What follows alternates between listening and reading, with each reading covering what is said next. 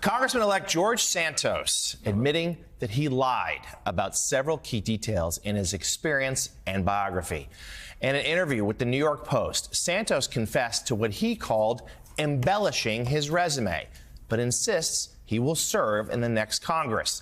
Santos confessed he had never worked directly for Goldman Sachs and Citigroup, chalking that fib up to a, quote, poor choice of words. He also admitted that he never graduated from any college, despite previously claiming to have received a degree from Baruch back in 2010.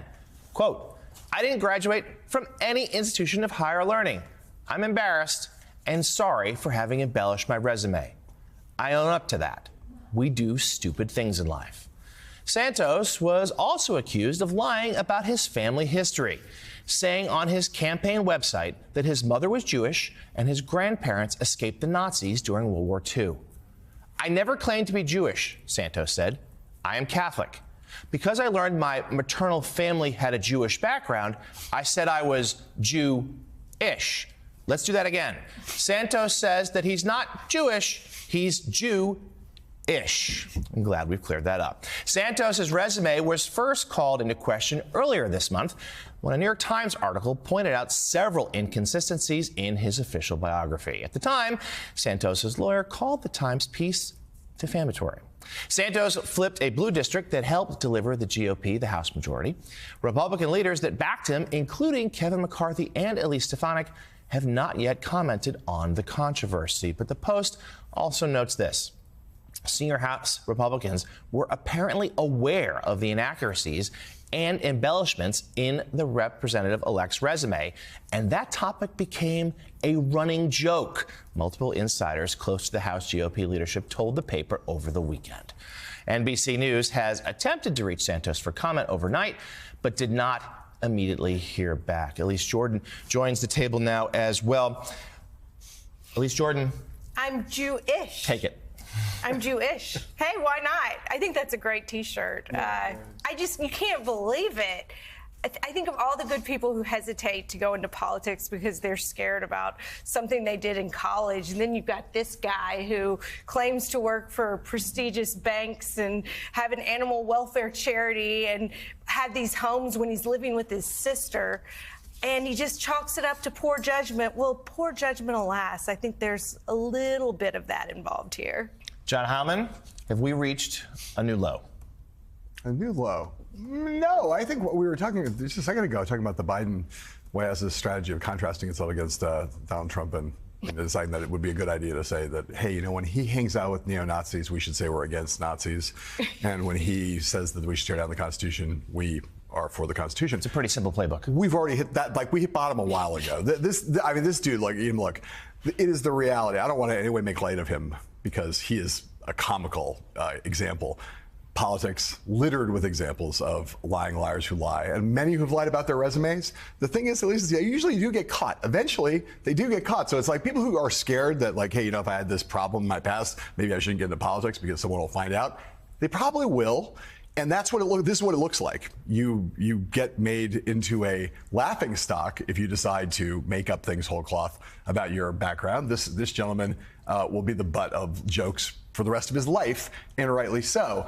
I will say about myself, I am not a journal, but I am a journalist. You know, ist, you know? So, Eddie, obviously there will be jokes made about George Santos today, probably over the next 4 hours. But there is a more serious aspect of this, is the idea that the Republican leadership knew, turned a blind eye, apparently had a good laugh behind closed doors about it, and now have gone silent. Oh, absolutely. Over the last 6 years in our politics, lying has become a kind of consistent feature of the landscape. It's been tolerated, it's been accepted, and and let's be clear, lying has always been a part of politics, right? I mean, we know that. But to the extent to which we've experienced it over the last 6 years, it's been all kind of overwhelming, right, in terms of the way in which conversation happens. But I think it's really important here that we have a political party, operatives who knew this, they were okay with it. We have a state political party that is silent with regards to these, they're not allegations, these revelations with regards to Santos. We have leadership, McCarthy and Stefanik, silent with regards to what is being revealed. And it shows, to my mind, a kind of level of corruption, a level of moral corruption, I should say, right, at the heart of a major political party that should raise a lot of alarms. You know, but it wasn't like Robert Zimmerman, the Democrat, who was defeated by George Santos, Mr. Jew-ish.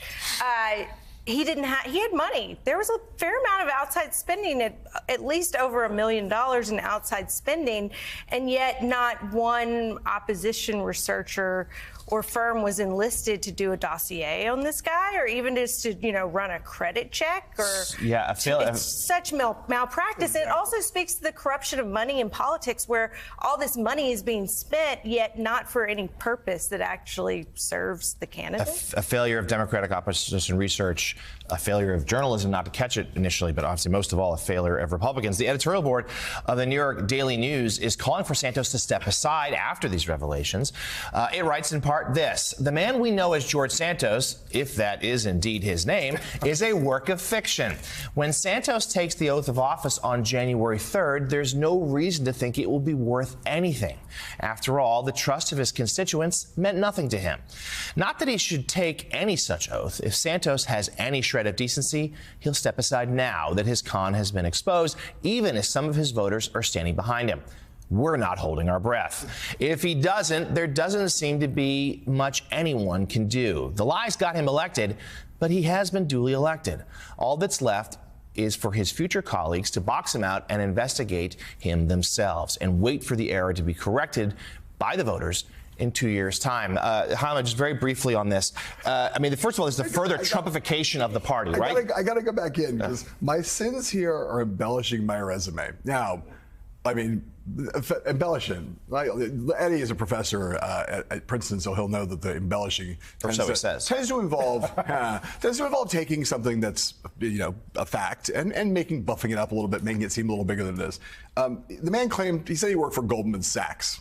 He now says, okay, that was a poor choice of words. So I said I worked for Goldman Sachs. What I meant was I worked for a company called Linkbridge that did business with Goldman Sachs. Now, that basically means that everybody who's ever worked at a Starbucks can say that they work for Goldman Sachs because, every Starbucks has had a Goldman Sachs banker walk through at some point and buy a cup of coffee.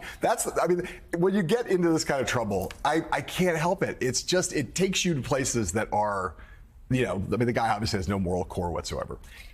But it puts you in a position where you have to tell lies like this that are even in some ways better than the original lie because they're much more outlandish. You should just be like, yeah, I made it all up and you suckers bought it. You didn't catch me and now I'm an elected member of Congress and I have 2 years to prove my worth. Come and get me.